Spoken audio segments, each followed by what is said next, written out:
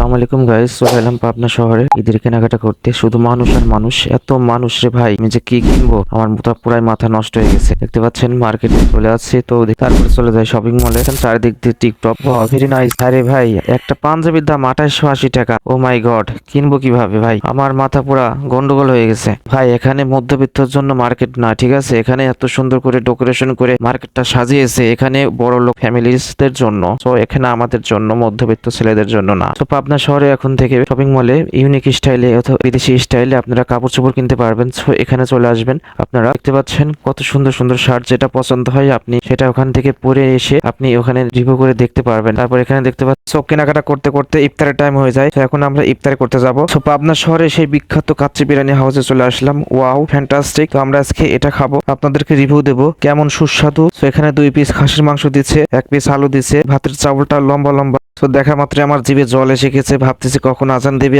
আর কখন খাওয়াটা শুরু করব। সো ফাইনাল আজান দিয়ে দিয়েছে, এখন আমি খাইলাম। ওয়াও, বলতে গেলে অসাধারণ টেস্ট। উফ, যত খাই তত খাইতেই মন চাই। তো অনেক সুস্বাদু হয়েছে। তো এখন আমি আর খাইতে পারতেছি না, পেটটা ভরে গেছে। তো ভাবতেছি খাবারটা নষ্ট করে তো লাভ নেই, কষ্টে মষ্টে খেয়ে ফেলি। তো সত্যি অসাধারণ। আপনারাও আসবেন, এই রেস্টুরেন্টে খাবেন এবং এনজয় করবেন। সো কাচ্চি বিরিয়ানির সাথে টক এবং সাথে মজা থাকলে তো আর কিছু লাগেই না। সো ভিডিওটি ভালো লাগলে শেয়ার দিয়ে পাশে থাকবেন। ধন্যবাদ।